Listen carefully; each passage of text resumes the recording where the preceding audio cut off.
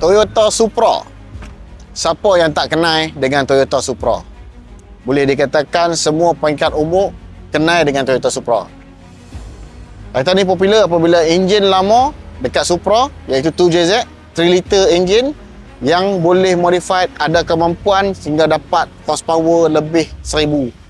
Malah ada yang tune kereta ni lebih 2000 horsepower. Itu kita cerita model yang lama, MK4. Dengan saya ni, Toyota Supra version yang baru, MK5.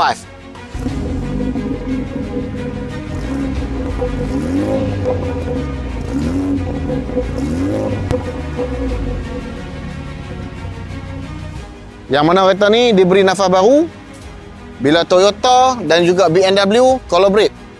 So, mereka ada usaha sama daripada Toyota dan BMW create satu model yang diambil daripada platform BMW Z4 dan dimasukkan DNA Toyota ke dalamnya. Okay. So, kalau kita tengok kereta ni, design memang Japanese, Supra, tapi dalaman dia semua, kalau kita boleh nampak dekat part-part enjin dia adalah BMW. Mesti orang akan kata BMW ni problem. BMW ni satu brand yang tak reliable. Tapi berbeza dengan unit ni sebab enjin BMW, kejuruteraan dia daripada 2015 dan ke atas dah pakai enjin series yang baru, iaitu dikenali dengan B series engine. Di mana yang ni untuk model SZ, untuk model Supra GR ni dia datang dengan 2.0 liter engine. Dia gunakan enjin B48. Pada siapa yang tak tahu B48 itu enjin apa, enjin 3 series yang baru, enjin yang ada pada Mini Cooper 2.0 sekarang ni, itu adalah enjin B48. So enjin ni lebih reliable, tahan untuk tuning. So untuk stock engine untuk Supra ni pun horsepower dah dekat 300. Memang padu. Dan kereta ni dan enjin ni, enjin yang baru ni, dia ada capability untuk tune up to 300 horsepower. Safe, untuk safe setup. Itu kelebihannya lah.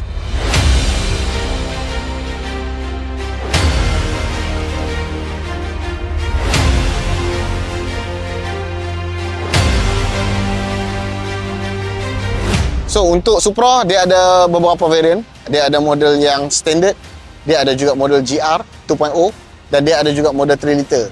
So 3 liter dia pakai enjin B58 daripada BMW juga. So enjin ni lagi dia punya horsepower dia akan boleh pergi tinggi. Dia ada potensi untuk tuner fine tune dia. Okey, boleh modified lagi. Itu perbezaan antara kereta-kereta Jepun dan juga kereta-kereta Conti. Kereta Jepun design memang untuk modifikasi. Mereka dah bagi room untuk tuner dan juga owner modify sendiri ikut cita rasa mereka. Dari segi enjin dan juga daripada segi eksterior. Okey, jom kita tengok apa yang ada dekat dalam Supra MK5 yang baru ni. Kalau ikut design, kita tengok dia tak banyak beza dengan Supra yang lama. Memang dia pakai konsep design yang sama. Body coupe. Dia punya depan dia panjang. Kalau kita tengok Supra yang MK4 memang depan dia panjang sebab dia fit 6 silinder enjin. Okay. Dan ada berita mengatakan untuk MK5 ni akan datang dengan V8 engine untuk Europe punya market. Yang tu kita tak tahu lagi. Okay, jom tengok dalam. Selesa. Bucket, semi bucket seat. Dalaman dia, kalau compare dengan model yang lama, dashboard dia pun lebih kurang juga. Cuma yang ni dia diberi nafas baru, design baru. So kalau yang lama pun dashboard dia sama juga, sebelah sini dia besar. Paparan dia punya meter semua dekat sini. So yang ni pun dia buat design ala-ala macam tu juga. So kedudukan dalam nak lebih kurang aja. Okey. Lepas tu untuk model-model yang latest, kelebihan dia adalah dia datang dengan, of course lah, dia punya teknologi. Dia ada auto braking, dia ada blind spot monitoring dan dia ada macam-macam lagi. Contoh seperti macam Apple CarPlay untuk infotainment. Kalau kereta-kereta yang dulu kuranglah benda-benda macam ni. Bukan kurang lah, dia macam tak ada langsung lagi kereta. Cuma ada radio dan juga player CD. Tapi untuk Toyota Supra, benda ni bukanlah satu benda yang penting. Sebab pemilik sports car JDM ni, dia orang nak satu benda aja, kepuasan dan kelajuan.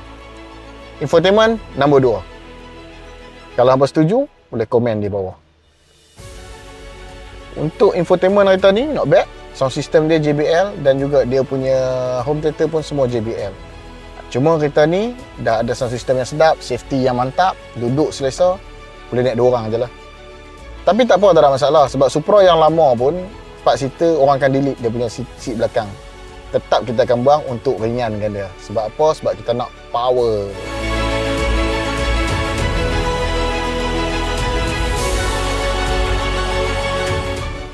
Kepada peminat-peminat rear wheel drive, drift car, kereta ni pun boleh jadi salah satu ikon untuk drift juga.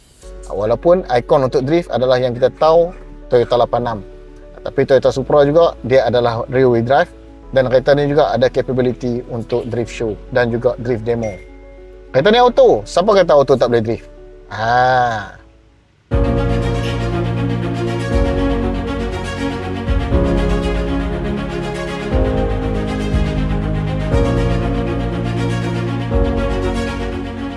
Harga dia, kepada sesiapa yang nak tahu, harga dia dengan JDM yang lain, contoh macam FL5, FK8, dia tak beza banyak, dalam range yang lebih kurang.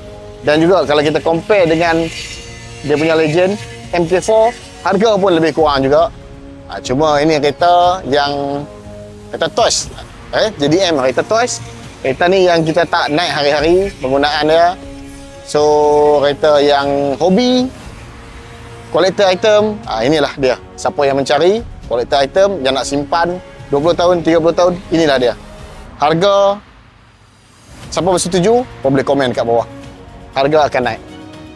Okey, untuk unit di belakang saya ni, tahun 2021, model GR, harga pasaran dia bermula daripada 260,000 sehinggalah sekian-sekian, mengikut dia punya spek dan juga dia punya jajan yang ada dekat sini. Contoh macam kereta ni, memang dah ada jajan, casco bar, HKS exhaust dan juga carbon spoiler. So dia ada banyak lagi jajan-jajan yang lain yang anda boleh modifikasi sendiri. Berminat dengan model Supra ni, boleh datang ke RZ Motor untuk view kereta ni dan juga buat pembelian. So, apa komen, nak tengok kereta apa lagi selepas ni untuk kita review. Alright, let's go.